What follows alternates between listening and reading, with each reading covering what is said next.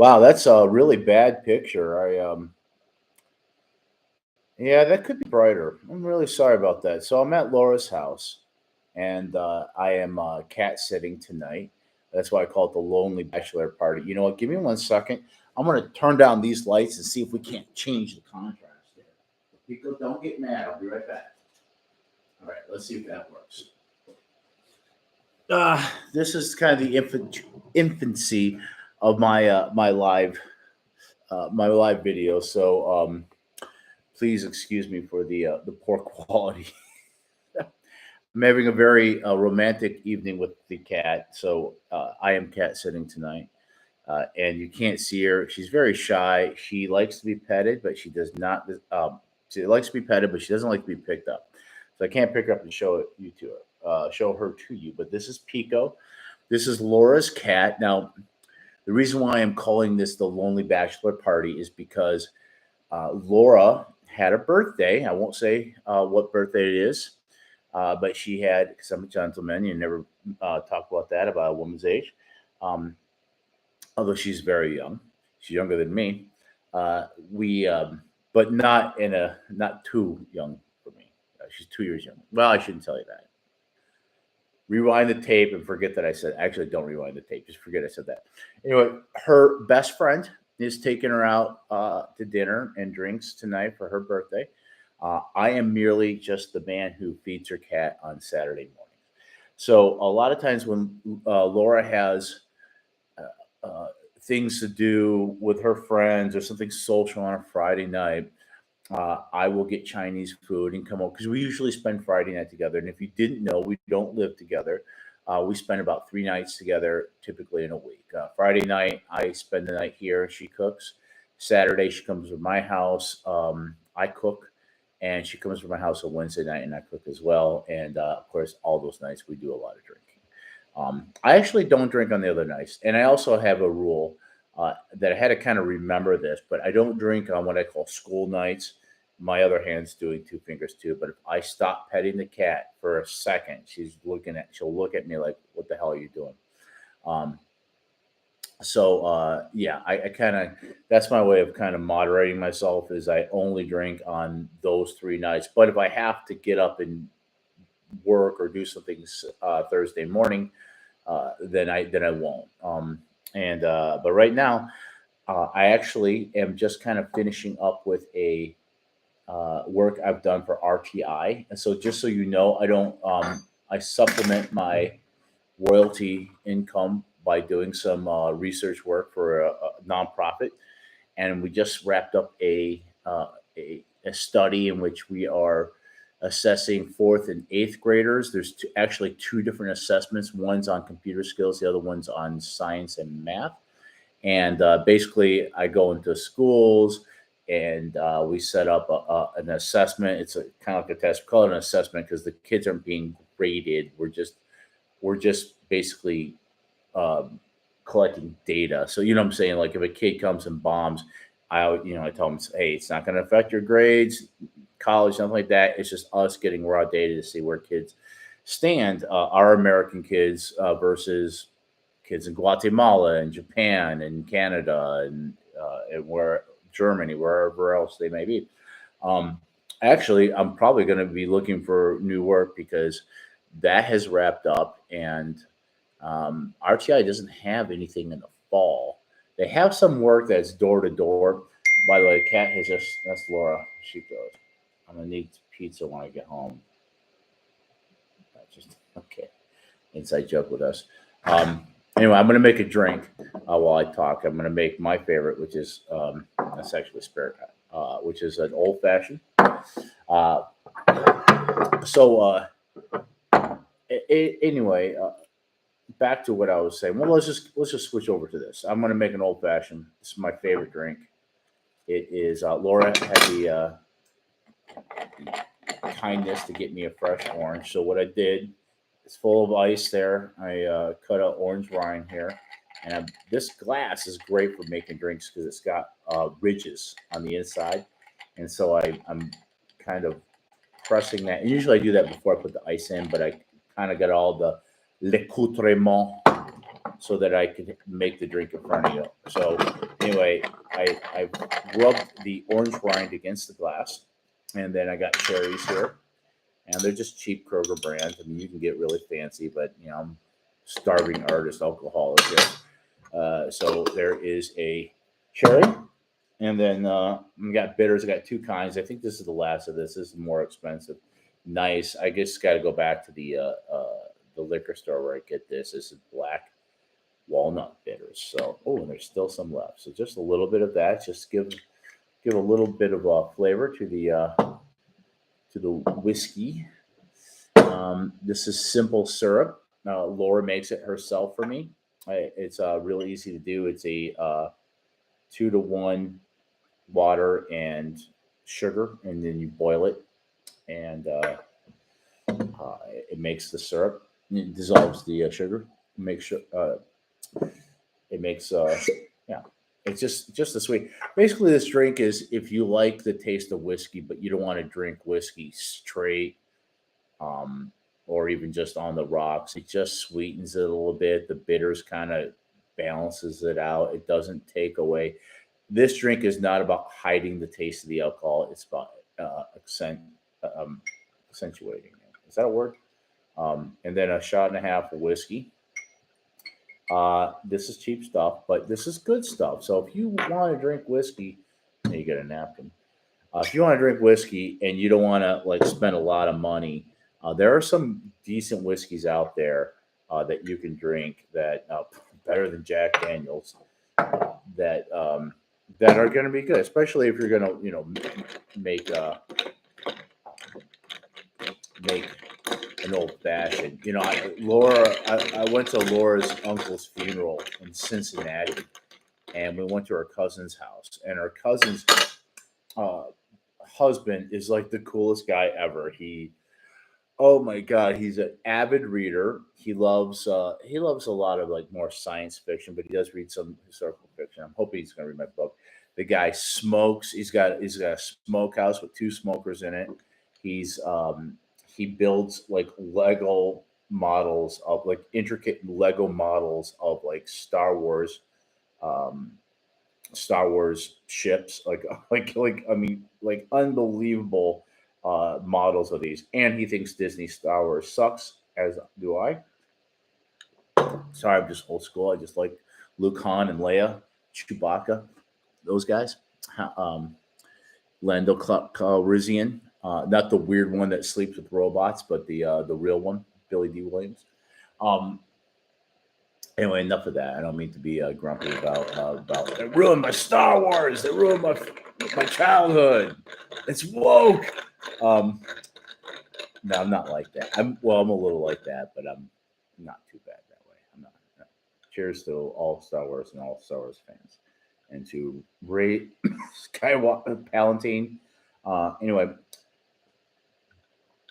this guy, he had these whiskeys there that were, hey, it's Lloyd Elmore Jr.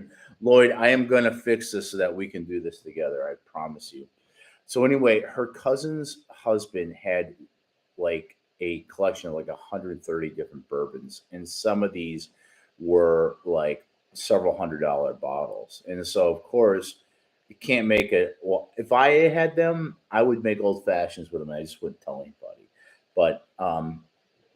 But of course, I'm a guest at his house, and he's got these glasses that are specific to making to drinking whiskey straight, what they call neat. Because I guess in the vocabulary of whiskey, straight is actually on the rocks, and neat is with no ice, no water, nothing. And yeah, I understand. First of all, you can be a tough guy, which I am not. With my old fashions, but you can be a tough guy in which you you drink whiskey straight, but are you really enjoying it? Maybe you are. And there is some whiskey that I can drink that way. I would still like to have it on ice, because to me, drinking straight neat whiskey is like eating frozen concentrate orange juice. Whiskey is concentrated, and it needs a little water to open up. So even a couple of drops of water, probably if you're going to drink something great, Can I be tough and drink ginger ale? No, I'm sorry, Lloyd. You're just gonna have to be a wuss and enjoy your ginger ale. Um, like me, enjoying my sweet old fashioned. Um, the so anyway, I was on this whiskey's like 130, 140 proof, so it was quite a lot. So anyway, a couple things to talk about as far as this. The whole idea behind this is we're going to talk about writing, publishing, marketing your books, our books. I by no means claim to be a expert. I am somebody who is on the path. I have friends who are way above me on the path, who are big time international best selling authors. I have friends and authors that I've helped who are just getting started. That you might be out there, you might not even wrote a book yet. There's all of us, all of we writers, us writers. See, that's how bad of a writer I am. I don't even know. Are somewhere on our path, somewhere on our path. And you know what? I guarantee you this: we may not all end up like being able to pick out what color helicopter we want to land on our private boats because we've sold a billion books and they've made uh, Hollywood movies out of it. But I will say this: if this is really what you want, and I don't mean, I think there's a lot of people who get into writing because they like the idea of them being a writer, the image of it, but maybe not really the work. Especially anybody who says, I love to write, I don't read, get yourself a guitar because you really aren't a writer or you don't want to really be a writer. You gotta, I cook. It's because I love to eat. And man, if I could make whiskey, I would make whiskey. um, so anyway, that's what we're doing. I'm going to be growing this, and by growing this, I mean I really hope you hit the like and hit the subscribe button, all that stuff like that. And eventually, we're going to be able to do things like super chats, and we're going to be able to invite um, other people on to talk, like the famous author Lloyd Elmore Jr. Um, and this is going to be kind of a podcast. In fact, I forgot to do that. I need to do this as a podcast because there's an option on there, and I don't know how that makes it different, but we're going to try that anyway. So the topics that you saw when you clicked on this was, first of all, the lonely bachelor party. Well, that's basically it. I'm here waiting for Laura to come home from going out with her girlfriend, having a few drinks, talking to my friends here. And I got some Chinese food, which is kind of typically what I do. Normally, what I do then is I watch something stupid on Netflix, but I'm bored with. Oh, that's Laura right there. So if you get, she's letting me know. She says, uh, excuse me for a moment. This is live, right? So things happen. Won't be home for a bit, that is. I said, no problem. I'm talking to my friends. I'm talking to my friends on YouTube Live. There we go. Um, so, so the things I wanted to talk about was my well, just explain to you where I am, and the other thing is about AI in writing. Bing, yeah, Lloyd's in the chat right now. Lloyd, are you afraid of AI taking away our jobs? What do you think, Lloyd?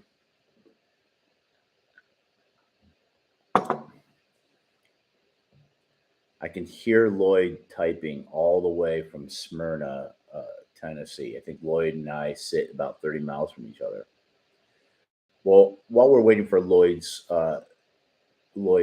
response, let's talk a little bit about AI. It's really funny about how quickly AI kind of sprung upon us. I mean, it's really been there for a long time. It's just now like it's it's advancing quickly. And there was a book, I think it was written in the 70s, maybe in the 80s. It's called Future Shock, and the author may still be. I think he's still around because he wrote a a follow up to it not long ago. And the idea behind the book of Future Shock is that when we get, as we advance into time and into technology, we we go from like the printing press, which I think was invented in the 1500s, uh, to just advances. Though eventually the advances are going to come so quickly that we can't even keep up. And I kind of feel that way because every time I try to post something on social media, all of a sudden the way you do it is completely different. And so I think with AI, it's kind of the same thing. AI has been around a lot, like search engines are AI, all those kind of things are AI. But now you can have AI write stories for you. You can give it prompts. You can have it write your term paper. So let's see. Lloyd Elmore Jr. says, I'm not sure how much heart could AI put into a story. Probably none. Then who would want to read it? I really agree with you, and I think that, and not only that, but I've heard some other people that I listen to. Claire Taylor and Brian Cohen were talking about this, and they were kind of saying the things that I already was kind of the conclusion I was coming to. If the only people who should fear AI are bad writers, like, and I'll tell you this too. Uh, just because someone's a writer doesn't mean I agree with their position. And right now, there's a writer strike in Hollywood. And Lloyd, you and I, we can disagree about this. I don't know how you feel, but I'm not really on their side because, first of all, I think the writing that I have seen in shows and movies is atrocious, atrocious. And I will tell you this: I am anti-collectivism. I do not like being part of a group. I know sometimes it's good. I do understand that, but they don't have writers in Hollywood. They have writers' rooms, and it's a very communist way of doing things. It's filling. You don't have. There was a guy I used to work with at Channel 4 in Detroit, and his name was Joe Martell, and we're still friends on Facebook. And Joe would say a camel is a horse designed by committee, which I think is a really great thing because uh, well, it's kind of a clunky metaphor in a way because camels are actually pretty useful animals, but it's a weird looking thing. It's ugly. I mean, it's cute, ugly, right? But it's ugly. It's got a big hump. It's got long, skinny legs that look weird when it runs, and it's got a long neck and a goofy looking face. Um, and I just don't think. I think that sometimes you can have very good collaborative work where two creative minds can work together and create something great. I am not someone that would be good in a team. I will tell you this. I remember I worked with someone at Channel 4 here in Nashville, and she said, there's no I in team. She says there's no team in Cody, and that's absolutely true. And a lot of times I worked as a one man band because I didn't like sharing creative decisions with other people. I don't mind hearing people give me advice, but one of the reasons what I love about being a writer is I can have 100% control over my creative. Um, Lloyd Elmore Jr. says, um, good or bad writing, they have to be paid correctly. Maybe it'll weed out the bad writers. Honestly, I wish I had their problem. Yeah, I understand that. I do. What I'm saying is that I think the free market will find its place, and I feel like in a lot of ways it will weed out a lot of bad people because what I mean by, and I take too long to make a point. What I mean by communist writing, you have a writer's room, and that's one of the things they're like artificially trying to demand how many people in the room. We want this many people in the room. Oh, and also they must be exactly, we must have X amount of this gender, X amount of this color, X amount of this sexual orientation, all these kind of things. So what you're going to end up having is maybe one or two people who was actually talented and creative, and then a bunch of people that were checking boxes off um, and giving freeloafers a free ride. Now they might be the ones that that are checking the boxes as well. But I would say this: in a lot of ways, I feel like the free market. For example, myself. Let me take myself for example. Am I a good writer? Am I a good writer? Am I a great writer? Am I do I suck? Am I a middling, a mediocre a writer? And you don't. No one has to. You're not. No one's obligated to give me an answer one way or the other.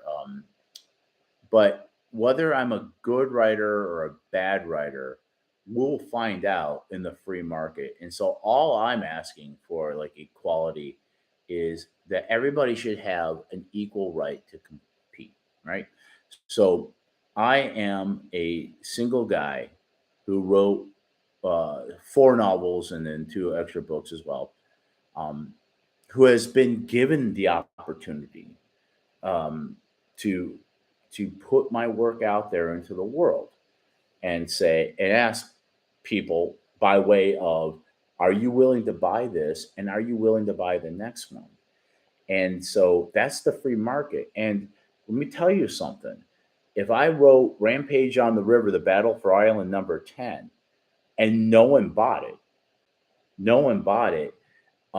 maybe I wouldn't be writing anymore. And I've been very, I wouldn't say lucky because, but I'm very fortunate because um, all my books sell, all four books, and it's a series: book one, two, three, and four. Even though four is a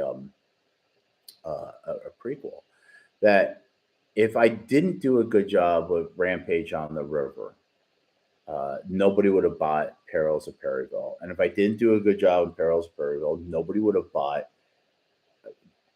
Mexico, My Love. I'm sorry, Blood for Blood at Nashville. I don't even know my own books. And if I didn't do a good job at that, nobody would buy Mexico, My Love. And, it's tough. It's not just do a good job and write a great book. You got to be, when you're an independent, you got to be the marketing department.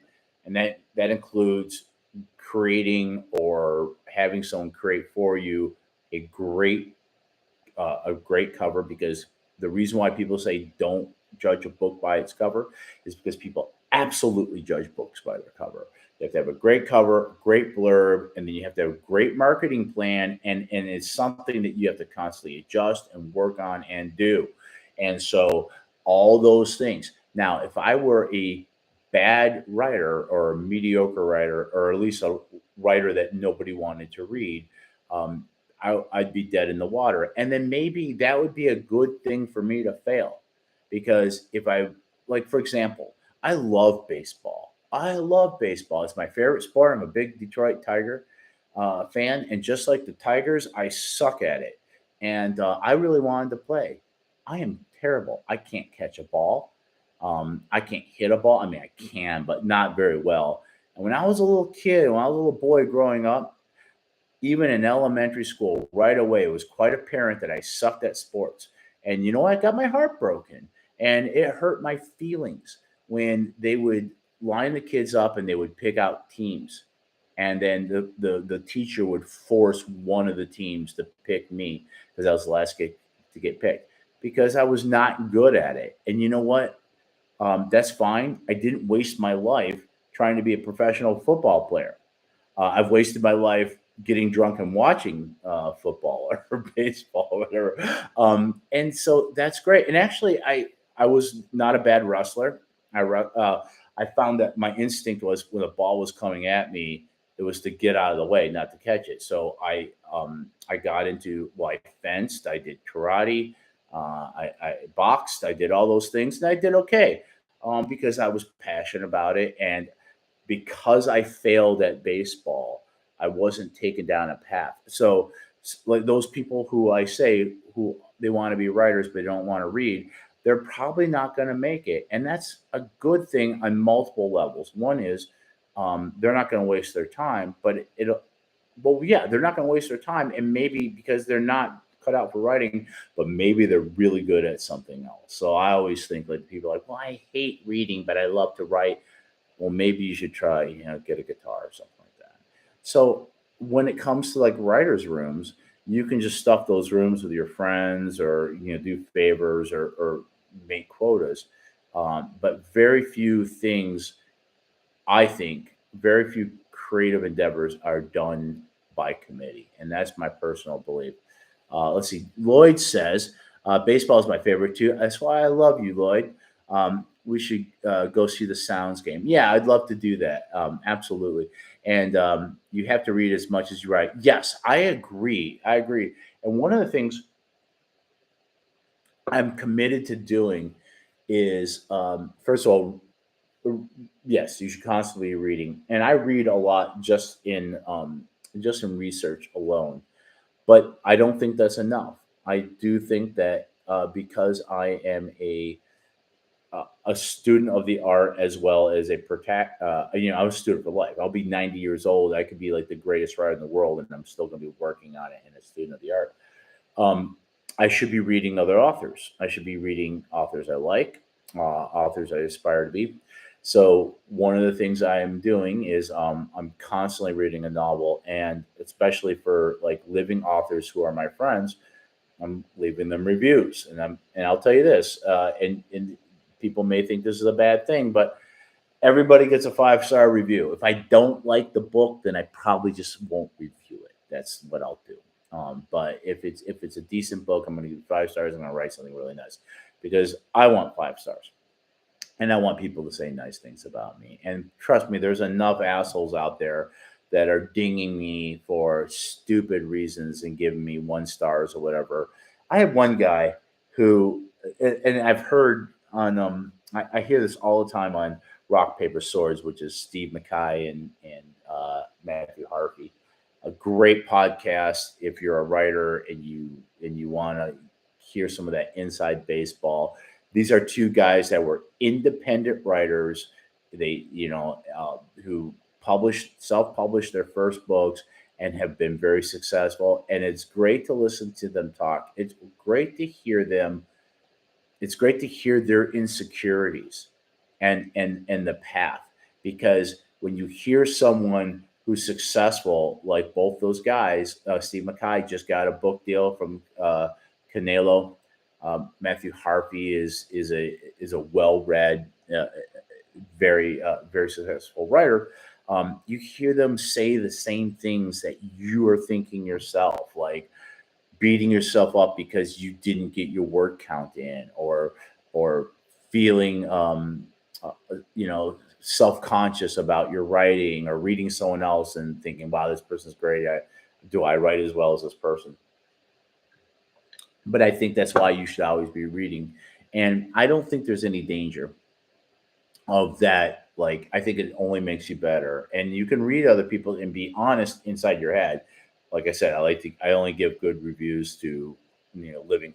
If you're dead, then I'm not going to review it at all, because you're not making the money. Someone else is, maybe your family. So, but if you're a living author, I'm not going to trash you. And I've had people ask me to read their book. Not you, Lloyd. I've had someone ask me to read their book, and it was an absolute disaster. It was absolutely disastrous, and I decided from that point that for new authors, I'm not doing that anymore, because this person wanted me to read it and give a review, and there was no way that I would feel right about. And maybe I should have been honest with them and said, here are the problems with your book. The writing wasn't bad. It was more of the historical, the inaccuracies in the historical parts were so blatantly bad, and the sense of time and space was so blatantly bad that it was just like, this book is never. And it, well, I won't go any further because in case that person is listening, which I'm sure they're not, I don't want to give it away. But I think if it was someone established like Ben Kane or Harvey or Mackay or something like that, who said, "Hey, will you read an advanced copy of my book and give me a review?" I think I could trust. I would do that for someone above me. Um, but someone just starting out, I'd be very, if I'm interested in, I might read it.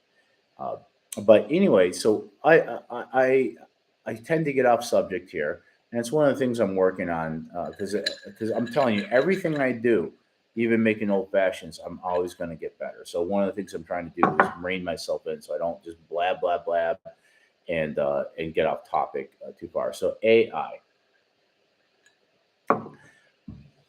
I don't think anybody's got to worry about AI, and because AI is mediocre at best. And what I mean by that, by design, AI is mediocre.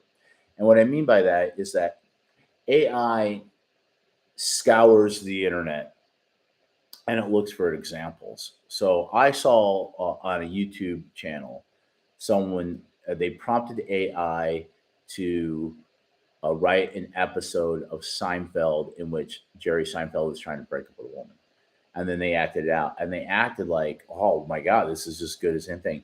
I thought it was terrible. Now I have to admit, please don't hate me. I've never sat through an entire Seinfeld show. I've seen bits and pieces of it. I absolutely cannot stand that show. It just I don't know what it is about it. I don't like sitcoms to begin with. There are a few that have done really well that I did like, but I don't like sitcoms. That show kind of just rubs me the wrong way. I know that everybody on it's very talented. I know people love it.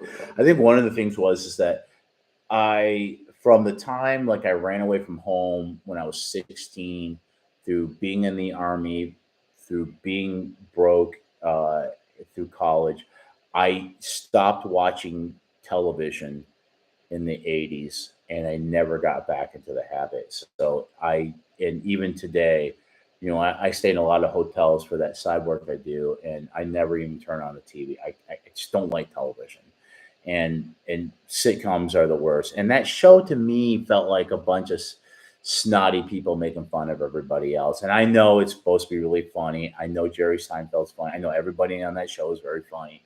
I just, and the punchline and then the slap bass, and it just makes my skin crawl.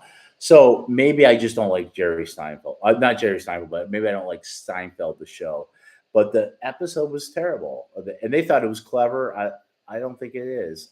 And I know that even as much as I don't like Seinfeld, the show, I bet you that the real episodes were far better than this, because what it does is it scours the internet and it just takes examples of things and then creates something to match that. So basically, what it does is it doesn't innovate. It doesn't innovate. It just mimics and and gives you a mediocre average. A mediocre doesn't necessarily, by definition, it doesn't mean bad. We use the term mediocre now, mean bad. Mediocre means middle range. Um, and I think that one of the things that when I was working at Channel 4, and within about a year of working, they hired me as a photographer. I was just a cameraman when I started. But within a year, my boss, Matthew Hill, who I owe a lot to, said, "You know what? We think that you would actually do a really good job as a reporter, and we want you to start doing that." And so that's what I did. I started being a reporter on Sundays, and then they moved me Monday through Friday, and I was told probably won't be doing any more reporting. I said okay, and but yet they had me do more reporting, and then I became a one man band, and eventually I was a morning reporter. And where was I going with this? Can't remember. This whiskey's good. Um, I'm trying to think what was the point I was trying to make. I'm sorry. Uh, let's just get back on focus on the AI, and I should probably delete this when I'm done. AI. Um, it gives you it gives you it takes samples of everything. And oh, I know what it is. Okay, I'm sorry. They made me a reporter, and I was doing really well. I started having a following. I was going places in Nashville. People like, "Hey, you're Cody Engdahl on Channel 4," and I realized at some point as that was happening, and I was being more recognized, and people were liking me, and I was getting emails from viewers that liked my style. I think part of it was is I didn't go to college trying to be a reporter, so I didn't sound like other reporters. I didn't have that fake reporter voice. I sound like a real person. I realized that this celebrity, this local and temporal celebrity, is borrowed. The only reason why anybody knows who I am is because Channel 4 put me on TV and said, we think you're worthy of being on TV. We like how you are. And I thought about it and I said, they gave it to me and they can take it away, which they did, which was the best thing ever happened um, to me.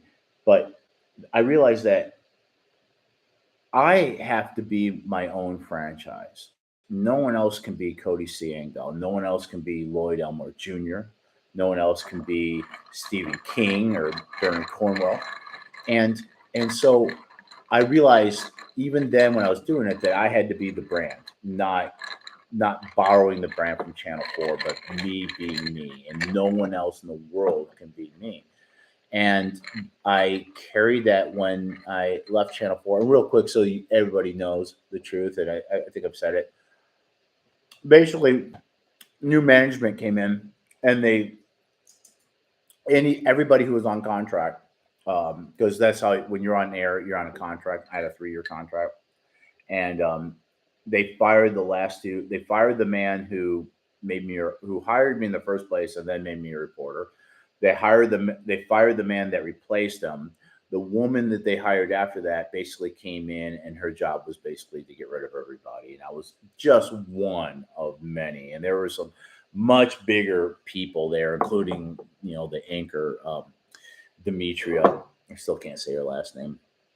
All sorts of people just and basically what they did is I was out. The new news director came in, and she's a nice. I got nothing against her. She was just doing her job.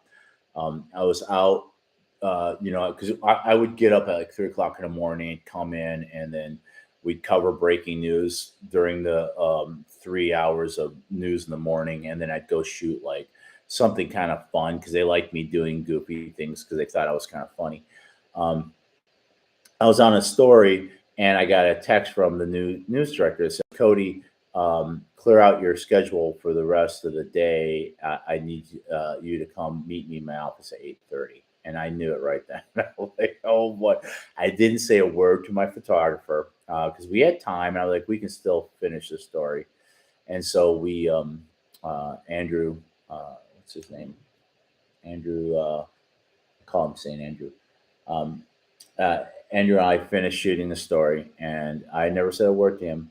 Went into the office, and there was HR manager who was a really nice lady who I was friends with, and I just started laughing because I knew it was happening, and they were like, "Your contract is up in 2 months," and basically they had to let me know. They had to give me a 60-day notice if they were not going to renew my contract. So that's what it was. They were letting me know 60 days out that they weren't going to renew my contract. And I told them, I said, look, that's fine. In fact, I want to thank you for the opportunity I had here. And I have one request, and my only request is I don't want anybody to know outside of this office until I'm gone, because I don't want to work um, with people looking at me like a dead man walking. So if we can just keep it a secret, and I can just keep going on doing my job, and then when it's time, I'll walk out. And I'll tell you this: nobody knew. The morning anchor, I can't remember his name anymore, but he was guessing it towards the end because he noticed that my name wasn't on some big project that was coming, and he wanted to know why. And I just, I played it off. And then later, after I left, I sent him an email, say, "Hey, man, I'm sorry I lied to you, but I couldn't have anybody. There's no secrets in television. I was one of the best secret keepers ever. There's so many people like, how did you do that? I didn't know that you were leaving until you were gone." Um, so, but I parlayed that into, I started playing the fiddle, and then I started writing. And let me just read what Lloyd has to say. That's it for. Sorry, I don't have my reading glasses on, Lloyd. That's it for exactly AI mimics. It doesn't create. Right now, AI is nothing to worry about yet. I don't think it ever will be. And this is why I'm taking a very long time to say is the there is no soul to AI, and I think AI can be somewhat. I think if you're writing articles, maybe, especially if you're clickbait articles, but the writing's already atrocious, and that's what I mean. If you're a bad writer, if you're somebody who's making a living being in a writer's room in Hollywood, you probably got trouble. But no one, I will tell you this. Oh, don't worry about it, Lloyd. I don't have my reading glasses. Um, I've read Lloyd. I'm saying Lloyd because Lloyd's right here in the chat room. I've read one of Lloyd's books. Uh, I'll never say the spaces in between the spaces. It's a collection of short stories. I've read some short stories that were not part of that. I I actually I actually do, not because I'm a friend. I'm actually really interested in reading Malinville because I think I know what it's about now, and I know it's more than just naked fairies. The spaces between the spaces. Laura and I really enjoyed it. If you like Stephen King, especially like The Skeleton Crew or what's the other one? The short stories, they're great. Um, I'm interested in Malinville because what it is Herbert Hugh. I think just from what I've seen from the marketing that it might be like a tiny world in some kind of small space that and it looks really interesting. So I am not because Lloyd is a friend, but because I think I'm actually kind of interested in the storyline. And I think he's written two, and he's writing the third now, which is called The Little Ronin, and which is great because I love Japanese culture and samurai culture. But Lloyd has a voice and a way of writing. There's a very um, Elmore Jr. esque way of writing that I don't think a, a computer just has not had its heart broken the way that Lloyd's had his heart broken. A computer hasn't felt things that Lloyd has felt, hasn't experienced things that he has felt. It can mimic, but it can't be. And I know this: there ain't no computer that's ever going to be Cody Seagal. There's no computer that's ever going to feel the way I feel, to witness the human condition like I have, like Lloyd has. And so they can try. So I think there'll be a lot of hack writers out there who that use it and slap their name on it. Okay, I do know that even in my genre, there are a lot of writers that write what I call content novels. That it's just the formula, and it's the same novel over and over and over again. Um, Even some of my favorites are that way, where it's pretty predictable. It's there's the hero is pretty much always the same. He's the toughest, smartest guy out there. Wins every fight.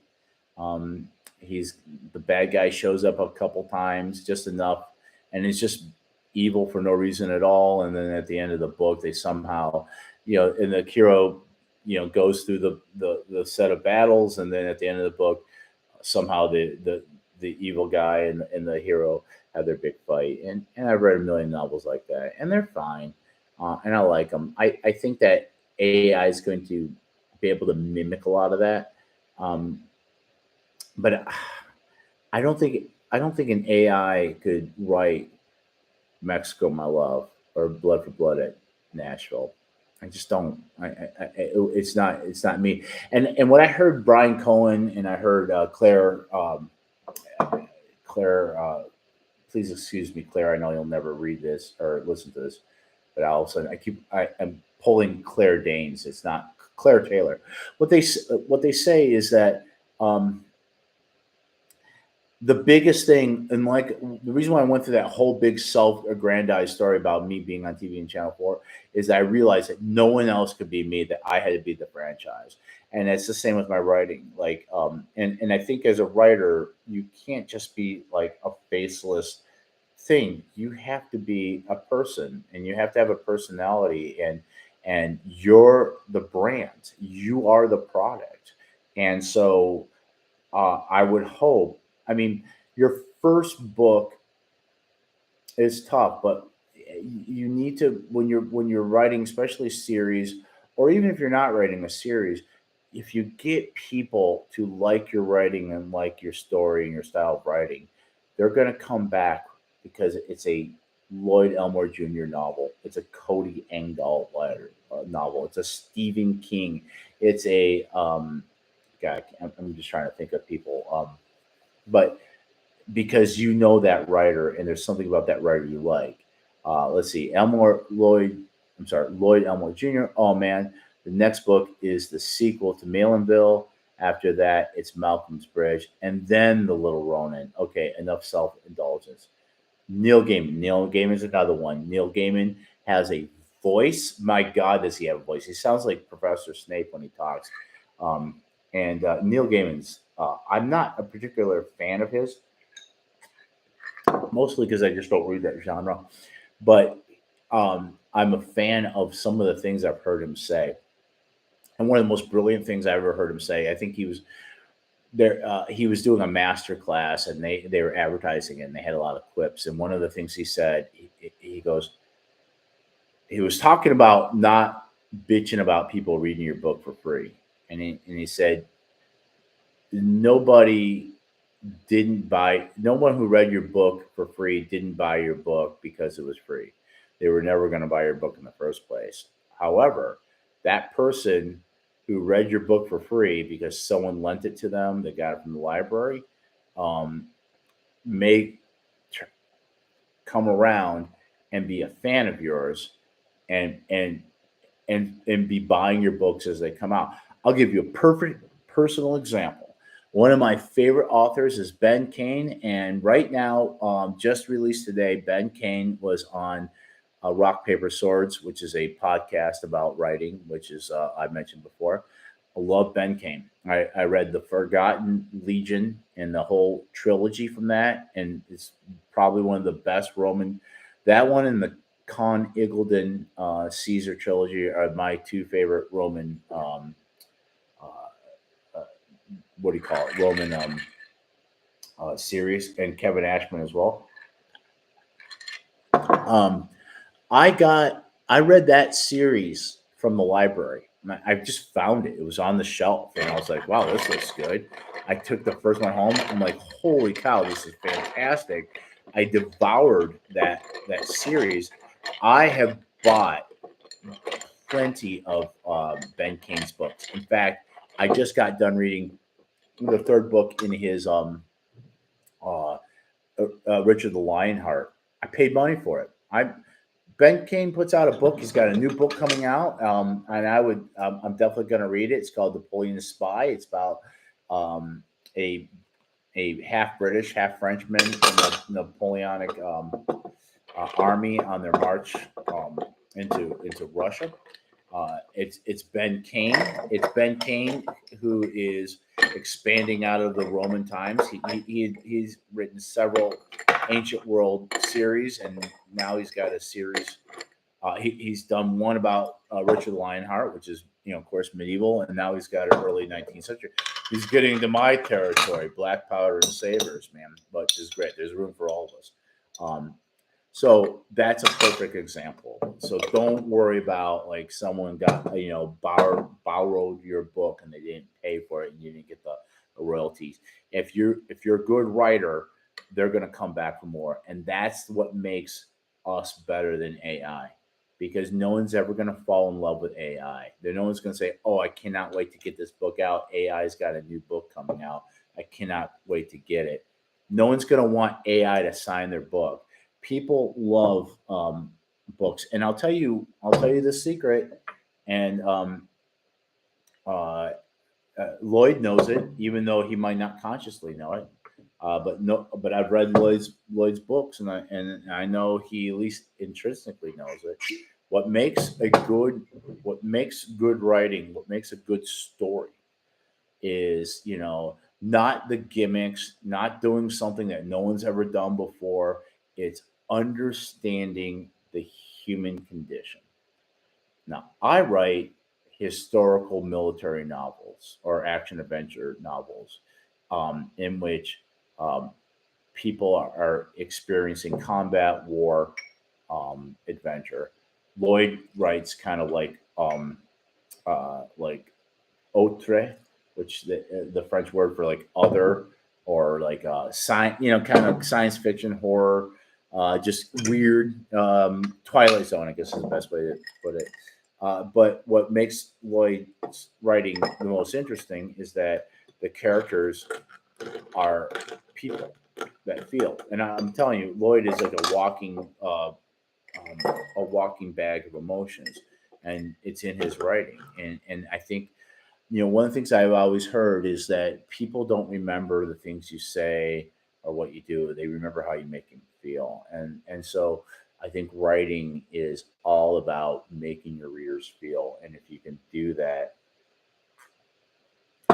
and they like the way that you made them feel, they're going to come back for more.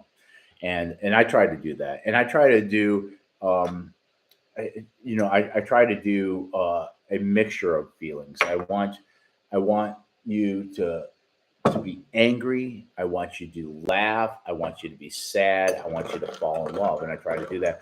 When I wrote Mexico, My Love, which it's a very much a Greek tragedy in which it's a tragedy foretold. So even in the very beginning, when you read it, that this is going to end poor. This is going to end bad. This is going to be a sad.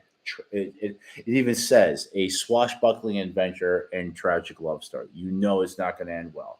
And I put in all. It's the whole book is just foreshadowing, foreshadowing, foreshadowing. But I can't just for 124,000 words just constantly make you miserable.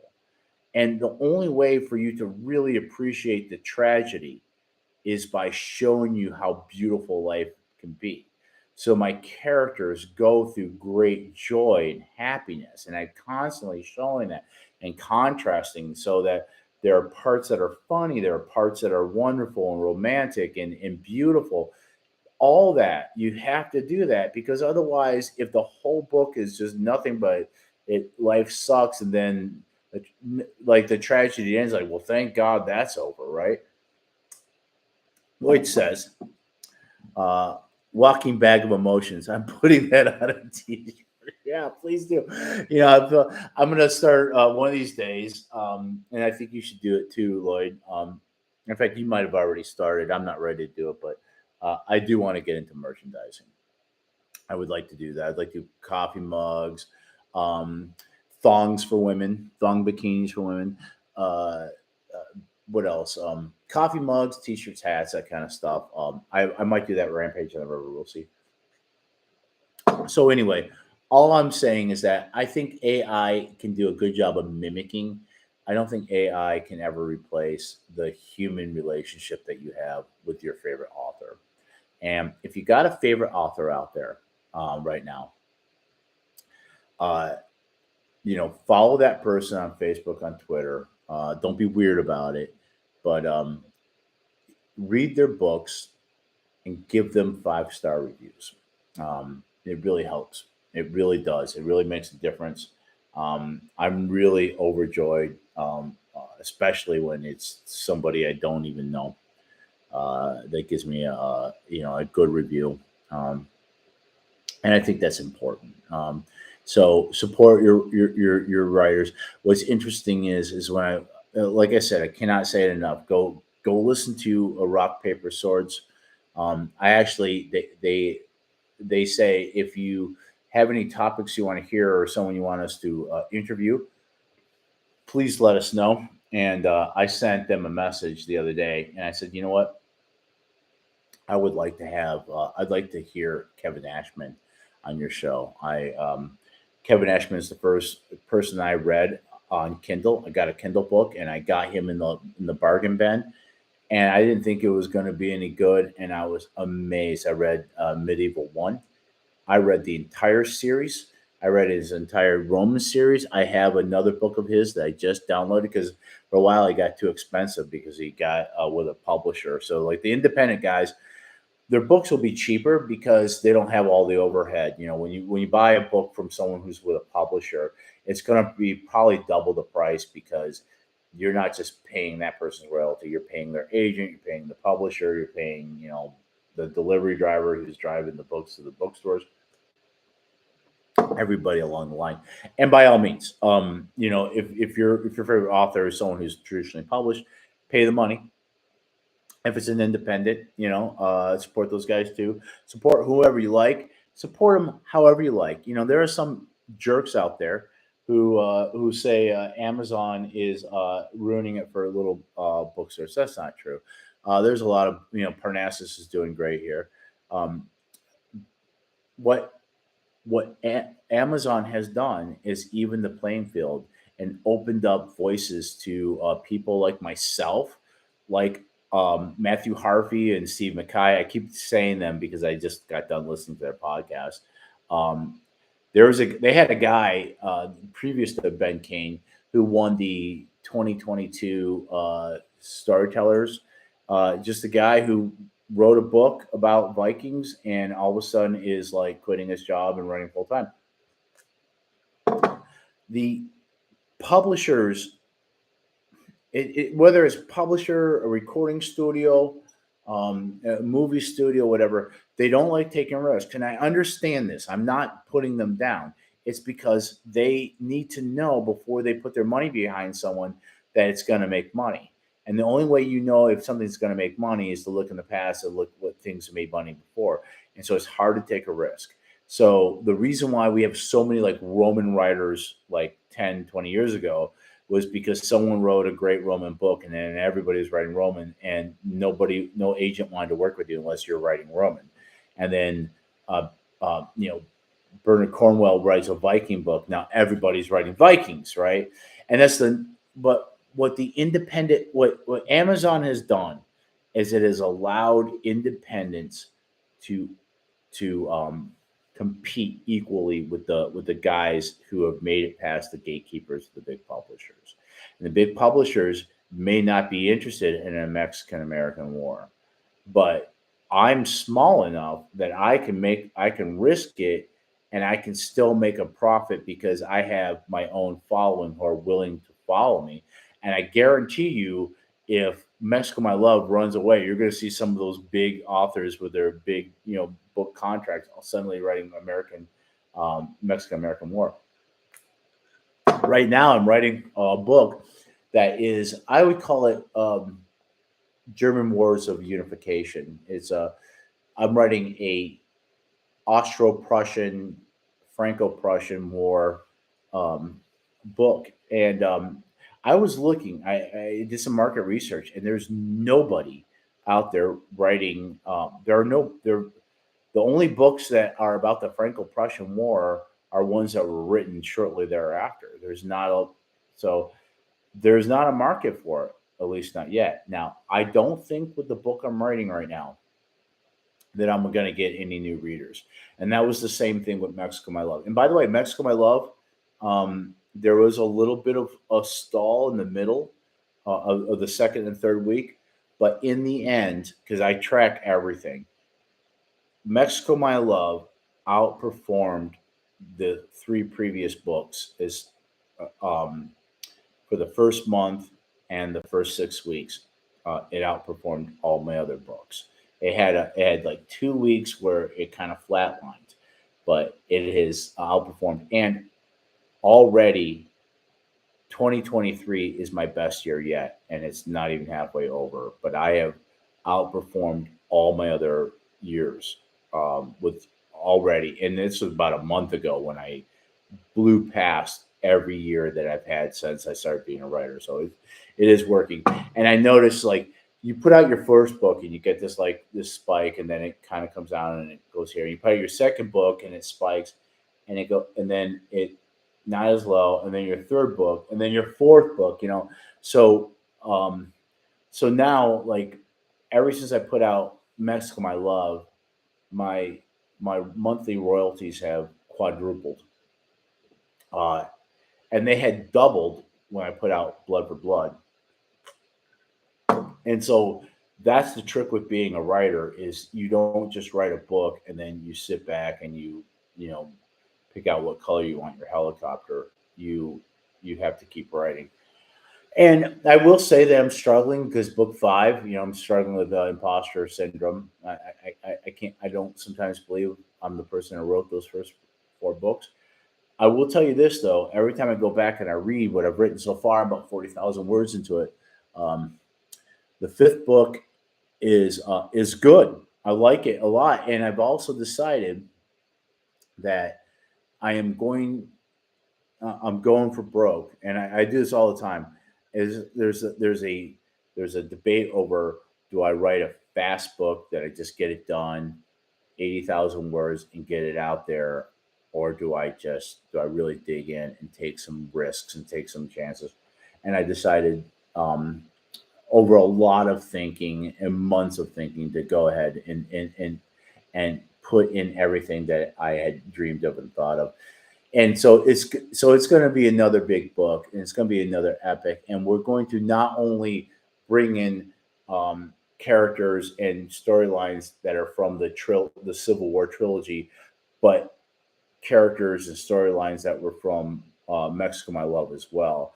So it will be a book that, even though I'm going to write it so that you can read it by itself, um, uh, if, if you've read all four of my books beforehand, there's going to be a lot of satisfaction in it, because there's a lot of things that are tied into the trilogy and the prequel. By the way, I'm reading, so I like to read other authors, especially people who I consider friends, and I'm reading Angus Donald's book. It's called, Blood's Campaign, and because I'm a starving artist, I I have to be, judicious about books that I, download. So, Angus was running a 99-cent deal on this book. It's the third book of a trilogy. I didn't read the book one or book two. I downloaded this book, and it's book three. And I tried to make all my books so if you read any of the four books, even though they create an overall storyline, I make sure that you could read any of them alone by itself without reading the other ones and understand what's going on. He's done a great job doing this. So I've read his it's the final book of this trilogy, and I understand the characters. I understand the relations with each other, even though there's vast history, because he gives you just enough to understand what happened in the back without making it boring or weird. And I can't wait to give him I'm going to give him a 5-star review as soon as we get done. Angus is a really great guy. Angus Donald, before I even started writing, when I was just reading books, he's got a great, I can't remember the name of it, but his version of Robin Hood is fabulous. And I read the first two books of that series. Um, the first book, it's first person, and this is a technique I see a lot of authors do, where if you're going to write a book about someone famous, or a literary, person who's famous, you create a character who interacts with that person. And so it's about a boy, like a 12-year-old boy, who comes into the service of Robin Hood. And and and I loved Angus Donald's writing, and I loved it in that. I read the sequel. It was a good book. I will say that the one thing I've noticed about British writers is that they really love, like, showing you how terrible things were and how bad things were, and being real. And I think the difference between British writers and American writers, and I'm painting with a broad brush. Of course, there's crossover and things like that. Is that British writers are really into, like, the gritty, ugly realism of things. American writers tend to be on the romantic side, myself included, where when I write a book, I want you to wish you could be there too, even if it was terrible. I write about the Civil War, and I try to be as historically accurate as possible, but I'm not trying to impress you about how terrible it was. I'm trying to make you kind of wish you could be there too. Um, Sorry, I'm trying to get my. I realize my uh, my computer is not recharging. So Angus Donald is a great writer. This Blood's Campaign, I realized reading it, I really enjoyed it. I just got done reading once again Ben Kane.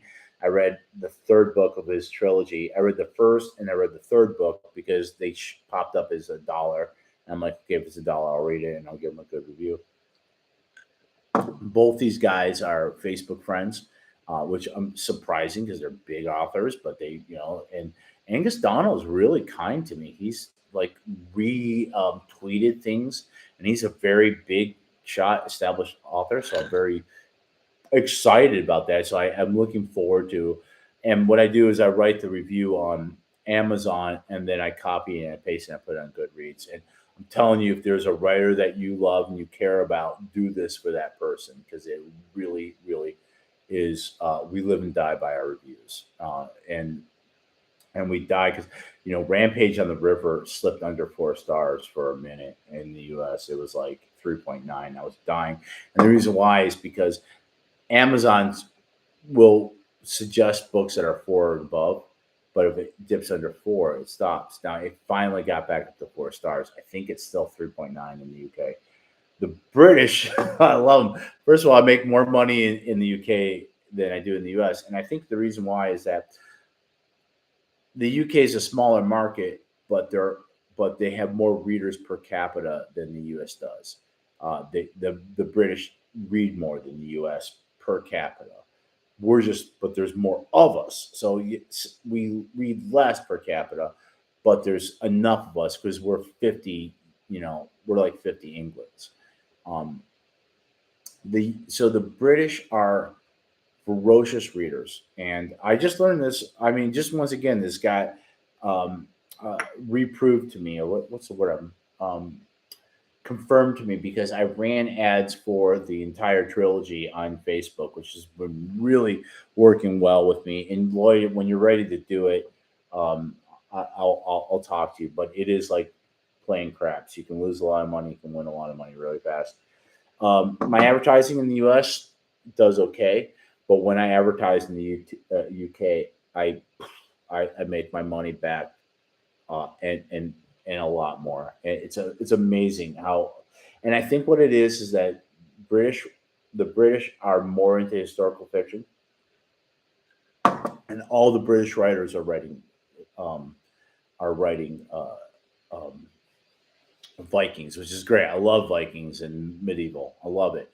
But I think when they find an American writer writing, American like American Civil War and Mexican American War, that feels authentic and it's something fresh and new to them. So I do really well over there, and I can't wait to go. I got a friend, Daz. He is on the board for the UK, the London Civil War roundtable. He said, and I've done a lot of roundtables here in the U.S. He goes, the day you come to England, we're going to have you speak at the. So I already have that, a placeholder for me there. There are American Civil War troops in the UK, reenactors.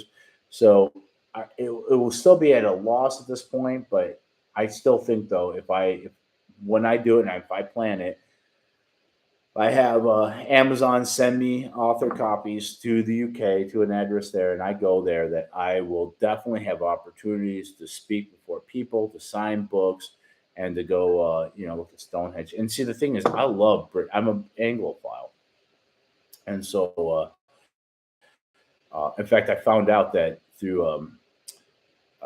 I think did I lose? No, okay. I thought I lost my stream. I found out that through 23andMe that I'm actually 42% British, which I didn't know. Um, and I'm also Polish, which I didn't know. A lot of things I found out. So anyway, let's move on to the next thing. So we talked about AI. I don't think AI is a threat. I really don't. I think because if you're a writer, you're the brand. The thing is that you got to do in a post AI world is that you have to sell yourself. It's not just write great books. It is be a person that people are interested in. Um, get all the politics and religion off your social media. Don't be out there um, owning the libtards or owning the maggots. It doesn't matter if your readers are voting for Donald Trump or they're voting for Joe Biden or whatever. You don't care. You want them reading your book. That's the only thing that you care about. 30. There you go. We're all. I mean, I always thought. I mean, America. even though we are an ethnic melting pot, we're still an Anglo culture country. You know, we're not far from being British and Australian and Canadian. Um, so what was the other thing I had on the screen? I got to see what the title is because I know I had a title for this. Uh, hmm. Can anybody see what the I'm going to look at my Twitter feed and see. It's not coming up. I will say this. I work for RTI. I've been traveling a lot. In fact, when we were in Cincinnati, Laura and I for a funeral, they called me like, "Will you go to Houston and do some schools?" Or I said yes. And so early this week, I had to fly out to Houston. I mean, they treat me really well. They put me up in a hotel. They give me a rental car, and I go there. Flew to Houston, worked. Basically, I flew to Houston on Monday and flew back on Wednesday. And I've been really busy with that work, and because of that, even though I had started off writing the Prussian Prince, um, it getting my word count and getting really ahead, in fact, outperforming my first four prior novels, I kind of fell off the horse for about 2 months. And because I had done so well at the beginning of writing that book, um, I'm still ahead, even though I had a really bad showing for the last 2 months. So that job is coming to an end. And just because the contract's up and the study's over. And so I'm really looking forward to getting back into the Prussian Prince. And I've done some writing um, and a lot of research along the way, even though I wasn't writing. I will say I'll ask you guys if anybody's listening, which I think Lloyd is at least. So the Prussian Prince was I like alliteration, and that's the name of the that was the working title. I don't know if I can really justify the word prince. I can kind of, but I feel like I would have to artificially make it so that word would make sense. So I'm thinking about the Prussian putsch, which in modern terms that usually means a coup d'état, but older version of the word putsch because of Hitler, with the house putsch. But the older version of that word is a German word that means like a strike, and basically outside of I like the title to kind of give you an idea of historically what's the setting of the book. You know, like the perils of Perryville, Rampage on the River, the Battle for Island Number 10, or Blood for Blood at Nashville, or Mexico, My Love. So this is a time in history in which Prussia, who are crawling out out of the humiliating beating that they took from Napoleon to become a world power. This is the time where Prussia is making big political and military moves to become a unified Germany that will threaten the world in World War One and World War Two. So I thought the German prince, Karl, the main character, could be the prince. It could be Klaus, his antagonist, who is actually the son of a. Well, he's the nephew of a baron, but the baron dies, and his father becomes baron, and Klaus becomes in line to become the Baron von Himmelschwanderer. Um, so I thought the Prussian putsch, but putsch now is used as a synonym for a coup d'état, um, or a what's the other word? Kind of like a revolt from the inside, a coup, basically. I guess coup d'état. I thought the Prussian push, not the German word, but the English word push, or the Prussian ascendancy. So those are some of the words I am, some of the titles that I'm working with. Lloyd says If someone asks you what you do for a living, do you say, I'm trying to justify? Do you say writer? I'm trying to justify. Yes, that's what I say. Because that's what I do. I write.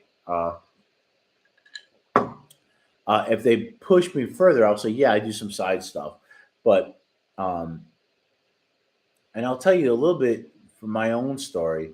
When I lost my job at Channel 4, I thought I was going to walk right into another one. And I wasn't, I didn't leave there thinking I was going to write. I, I've always thought I would be a writer. From about the sixth grade is when the concept of me being a writer, when I first started writing short stories, was the sixth grade. But uh, at at some point, my mom, who always wanted to be a writer, who is a writer in the sense that she is my editor. She's one of my editors. She does a great job, and she got her degree in English and all that. Um, but she wanted to write a novel, and we talked about, and we made a deal that we were going to work on it together. And it was going to be a Civil War era novel. But I quickly found out that me being me, like if you saw the first part of this, I don't like sharing creative. So it didn't work out because my mother's a very creative person, but our idea of creativity is different. And it wasn't going to work out us doing it together. But it works out where she's the editor of my book. So that, so in a way, that partnership has persisted anyway. And I told her I would help her if she wrote her own novel, and then she's got a great idea for one, and hopefully one day she'll get to it, and I'll help her do it. But after about 9 months of job interviews and people saying, "Oh, we're so sorry, you were like the number two, but we ended up going with someone else," I realized no one's going to give me a job, and I'm too old. I don't fit the right check boxes that people are trying to check. And I said, if no one's going to give me a job, I'm going to give myself one. And so I started writing.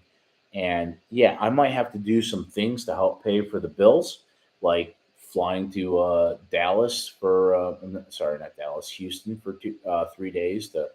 Uh, and I actually really like the work. I enjoy it. And I feel like I'm doing the right thing. It's cre- collecting data so we can better educate our kids. What better purpose can a writer have when you're not writing? But my focus is that I write, and in a way, uh, and trust me, for 3 years I tried to get a regular job that would give me benefits and all that. Couldn't find one. Nobody would hire me.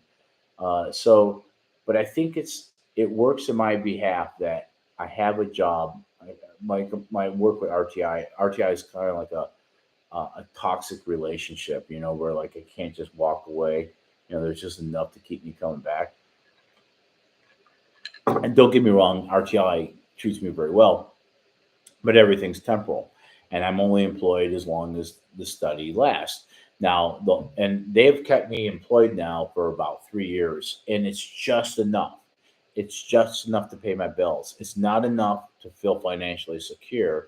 It's just enough to pay my bills, and it's part time and it's temporal, and in a way, it's the best thing that ever happened to me because one of the people I follow, Ethan Van Sciver, who is a comic book artist and writer who went independent after he lost his job at DC Comics.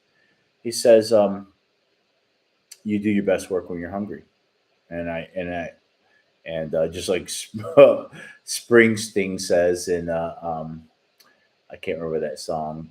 He said, "They say you gotta stay hungry. I'm just about starving tonight."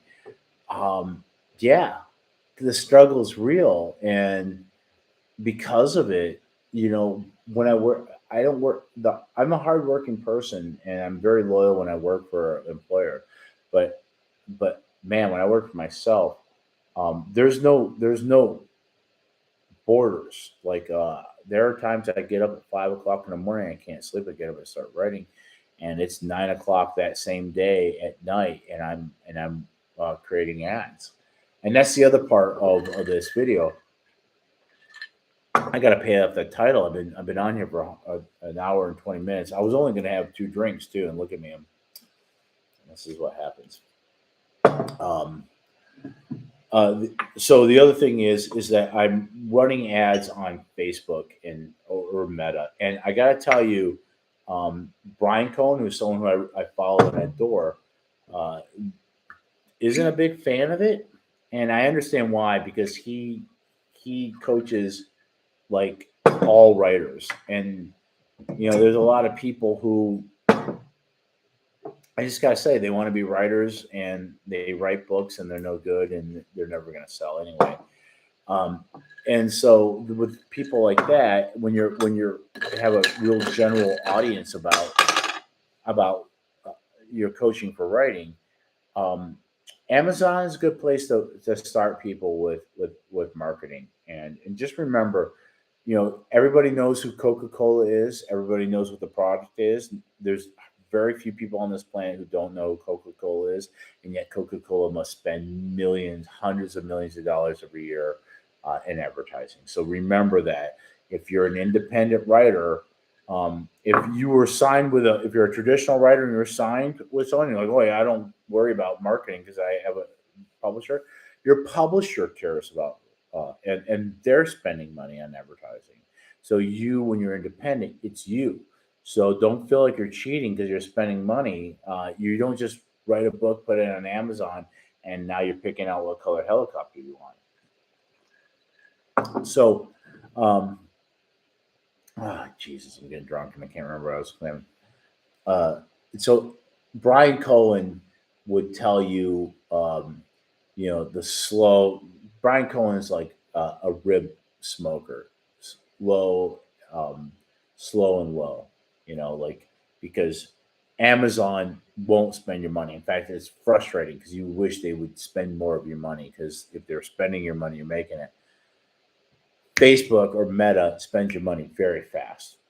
And my advice to anybody, if they're going to go on Meta, is first do the Brian Cohen thing on Amazon and see if your book is profitable. And he'll tell you what that means, like how to find out if your book is profitable. And by profitable, that means are people clicking on it and are enough people, out of every 1,000 impressions of an ad on Amazon, if you're getting the right number of clicks, and out of those clicks, you're getting the right number of sales.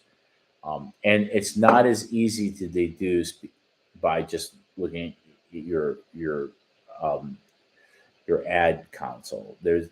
And I would tell you this: if you're an author and you really are interested in this, do the 5 day challenge that Brian does every 90 days, and also uh, listen to his podcast, Sell More Books, because this guy really is funny because he'll even admit that his fiction books don't really sell very well, but his How to Be a Writer books, sell like gangbuster. And this guy has got more energy than anybody I've ever known.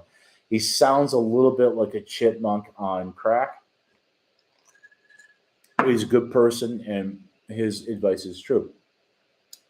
He will he will he will advise you not to spend your money on Facebook. And the reason why is because he's talking to a broad audience, and there are some people on there who are just hopeless that they're never going to sell books because delusional wannabe writers. Well, I mean they're writers, but they're wannabe successful writers. But if you find that your book does convert, your cover's good, your books are good, um, then you can make a lot of money on Amazon because you can. And the argument the argument for I'm sorry on Facebook, the argument for Amazon is this: the people on Amazon are your target audience because they're already there. They don't have to come from another platform. They are people who want to buy books. They're shopping for books. And so why not spend your money targeting people who are already there, already looking for your product? And I agree with that. And so I don't do Facebook in lieu of Amazon. My Amazon ads are my foundation of my marketing plan. And then Facebook is like um, is like the salient of this defensive or my military operations of marketing. So uh, the interesting thing that I have learned, or the conclusion I have come to myself, is that yes, if you're if when you're advertising on Amazon, you're advertising to people who are already there looking for books, and that's great. When you go to Facebook, you can, which is Facebook. When I say that, I mean Facebook, Instagram. You can be very specific about the audience you want to reach. Not only that, but Meta or Facebook, Instagram is using AI to better serve. Because trust me, they want you to succeed.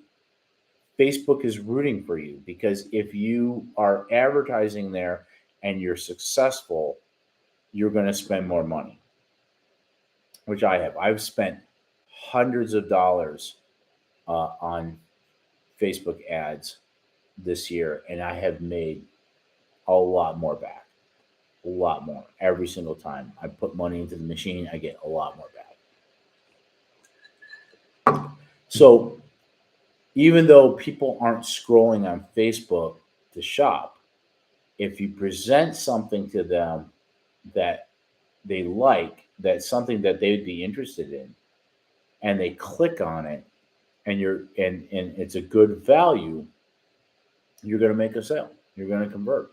So, for example, for me, um, there are some people out there that say, in fact, there was a woman who gave a seminar that was hosted by Brian Cohen, even though he's not a big Facebook advertising guy. And I followed her program, but there's some things that she said that I think are no longer apply.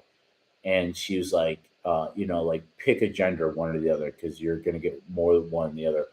I stopped doing that because even though I have more male readers, I still have female readers. She also said, you know, uh, uh, like historical fiction is usually white males 35 and over. That's fine, but I still get women who are 18 years old that buy my books as well.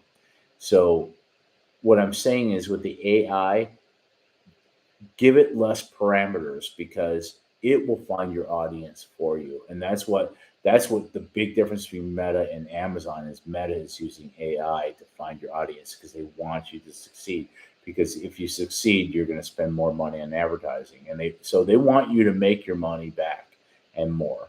And so what I'm able to do is I create the big differences, or one of the big differences is when you do an Amazon, you don't have to create any creative. It's already there. They do it for you. You just set the parameters of everything, and then it's going to show your book to people. On Facebook, you do have to create your own creative, like either an image or video. I do videos. I do like my books, and then there's me playing the fiddle, and that I got from a coach from Meta for free. They will actually have a coach work with you to help you do a better job. And but I'm able to segment my audience. Now I don't segment it by gender because women read my books too, so I don't exclude them. And I was told, like, 35 plus, I go 18 to 65 plus. So age and gender, I don't bother with that at all. I want everybody who's over 18, male or female, I don't care. But what I am able to do is to say, okay, I want people who are interested in Civil War, historical fiction, and Bernard Cornwell. And Bernard Cornwell, if you don't know, Bernard Cornwell is like the king of historical fiction. And there's very few authors. Not every author is in there. Bernard Cornwell, there's a few of them. Isabel Allende. I only do Isabel Allende for Mexico, My Love, because she is Hispanic. I think she's Chilean, and she wrote a great Zorro book that I absolutely recommend. Her Zorro is wonderful. So for Mexico, My Love, I do Isabel Allende, Bernard Cornwell, and historical fiction fans. For the trilogy, it's Civil War, historical fiction, and Bernard Cornwell, and uh, and so you're really able to kind of zero in on the people who would actually be interested in your book.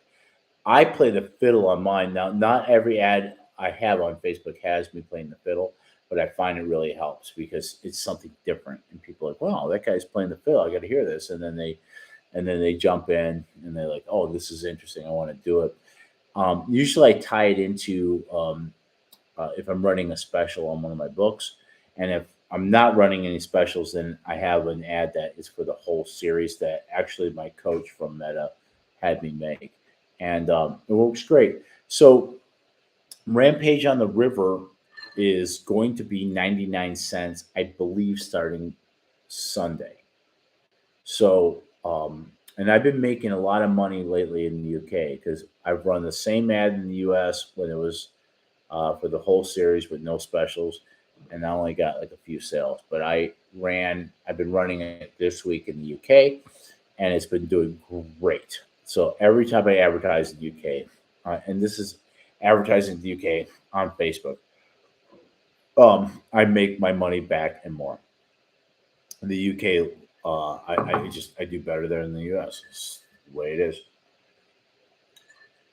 But I created a special 99 cent for Rampage on the River in the US Memorial Week. So I created a whole new ad that says Memorial Week special, only 99 cents for the Kindle version, of course, in the American flag, and it's the picture of Rampage on the River. I took it at the Lodes House in Franklin, which is a historical house that goes back to the Civil War, and it's a museum now, and so it's propped up against a stack of cannonballs, and there's a cannon in the back. It's a beautiful photo.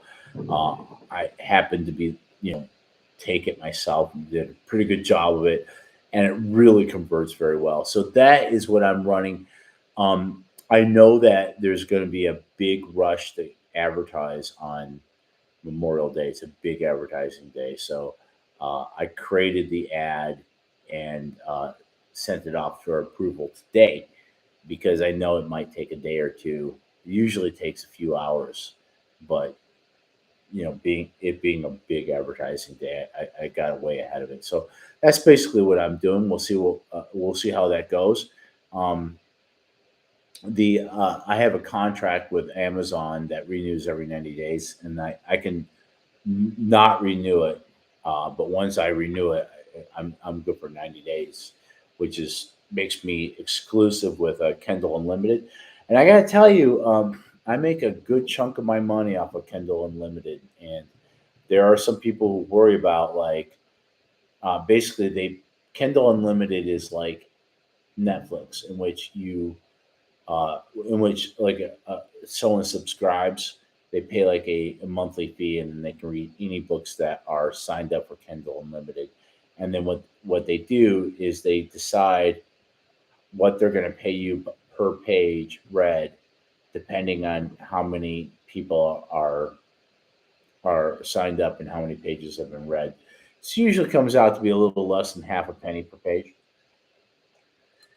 And every month, I would say about a third of my revenue comes from printed copies. A third comes from Kindle property, buying a Kindle version, and a third comes from Kindle Unlimited. There are some people that worry about the uh,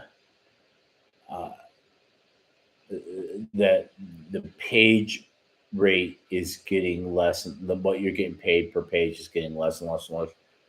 Um, I guess that's true, but not to the point where it's worth not signing up for Kindle Unlimited. And what I told one author on Twitter, like, make your money now, and when it's no longer a good deal, we'll find something else because the market will find its place. And there might be a day where it's no longer a good deal for me to be exclusive with Amazon. Right now, it makes the most sense to me. It might not make sense to me 10 years from now, but I'm going to make my money where I make it now. and I'll make it where I need to make it later on, and I'm not really going to worry about it. So anyway, I've been boring you guys long enough. Thank you for hanging in there. I'm going to sign out. I got some Chinese food I'm about to eat, and I'm going to try to do this every week. Eventually, I'm going to get StreamYards, and I'm going to bring people on like Lloyd, for example, and keep reading. And if you have authors that you like, take care of them.